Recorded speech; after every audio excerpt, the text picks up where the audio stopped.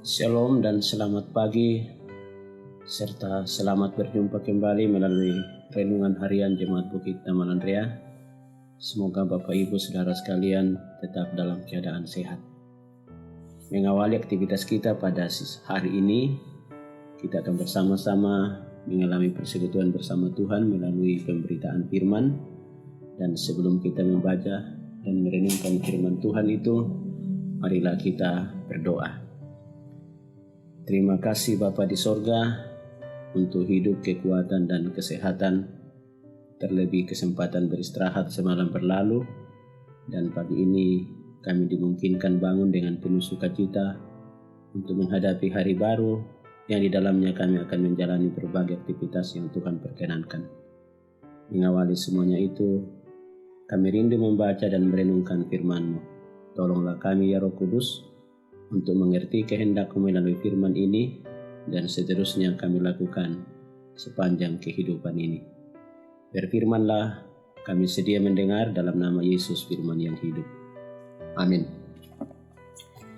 Bagian firman Tuhan yang akan saya baca kepada kita sekalian pagi hari ini dari Injil Matius pada pasal yang kelima, ayatnya yang ke-13 dan 14. Kamu adalah garam dunia. Jika garam itu menjadi tawar, dengan apakah ia diasinkan? Tidak ada lagi gunanya selain dibuang dan diinjak orang. Kamu adalah terang dunia, kota yang terletak di atas gunung, tidak mungkin tersembunyi. Demikian sabda Tuhan. Bapak Ibu, saudara-saudara yang kekasih dalam Tuhan Yesus Kristus, masih terngiang dalam ingatan kita bahwa pada tanggal 25 Maret tahun 1947, Gereja Toraja berdiri sebagai salah satu lembaga gereja yang menyatakan tugas kesaksiannya di tengah-tengah dunia ini. Dan tepat tanggal 25 Maret tahun 2021, Gereja Toraja sudah berusia 74 tahun. Itu berarti bahwa Gereja Toraja telah menyatakan perannya di dunia ini selama 74 tahun. Pertanyaannya adalah, kita sebagai warga gereja, apakah benar-benar kita telah menyatakan kesaksian kita secara benar sebagai umat yang diselamatkan dalam Tuhan Yesus?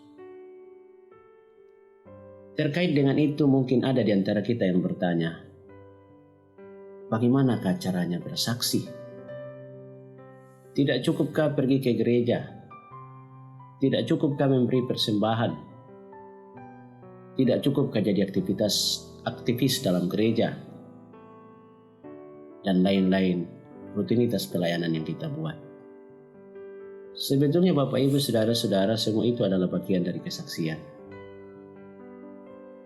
Tetapi Tuhan Yesus dalam khotbahnya di bukit, Ia mempertegas dua hal wujud kesaksian umat Allah atau orang percaya, yaitu jadi garam dan jadi terang.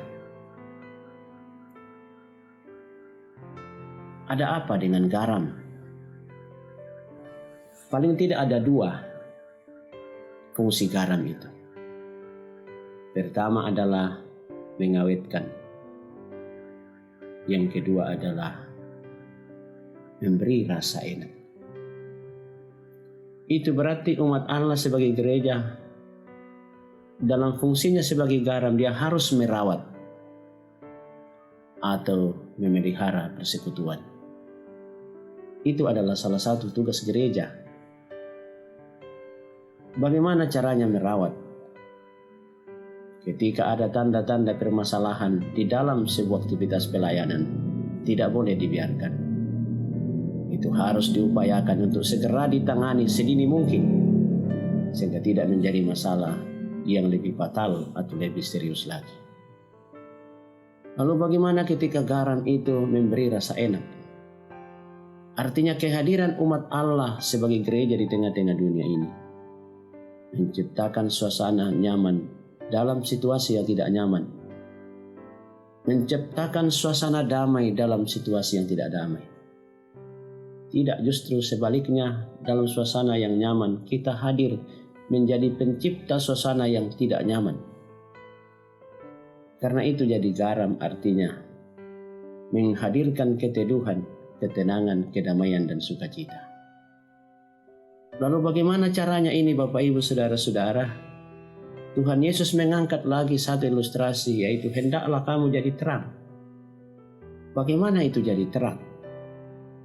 Terang itu akan terasa ketika dia hadir dalam kegelapan. Bandingkan ketika mati lampu, kita semua serempak berteriak karena sukacita yang terjadi. Itu berarti kalau umat Allah sebagai terang, kehadirannya membuat jelas yang tidak jelas, membuat yang gelap menjadi terang, tidak menggelapkan suasana yang sudah terang.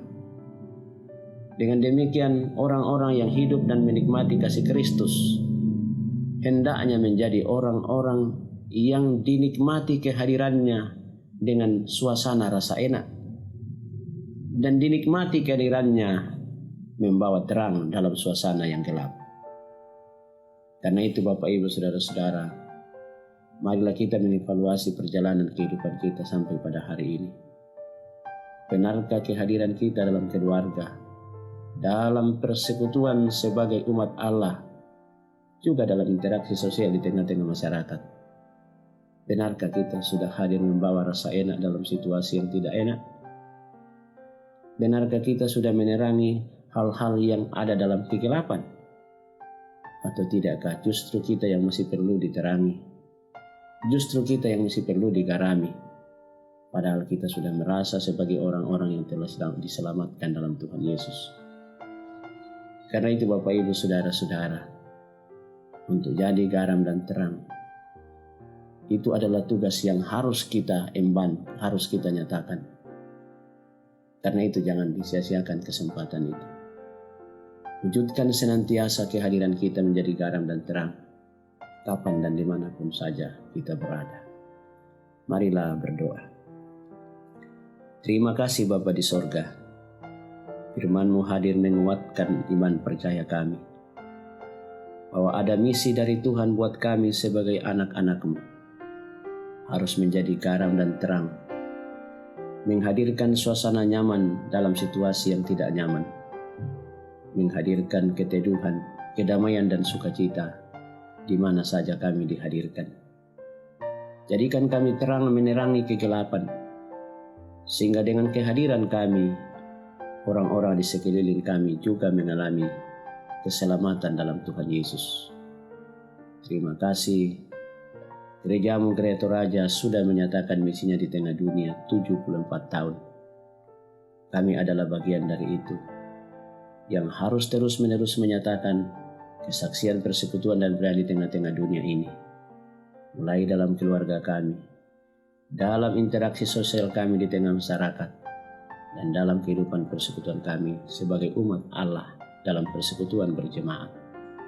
Tuntun kami hari ini Tuhan, menjalani berbagai aktivitas yang Tuhan perkenankan. Jadikan kami hamba-hamba yang setia dan sabar menjalani tugas kami. Berkati kami semua dalam keluarga kami, berkati anak-anak kami dalam studi, dalam pertumbuhan, juga dalam setiap pekerjaan mereka. Mohon ampun untuk dosa kami, dengar doa kami dalam nama Tuhan Yesus. Amin.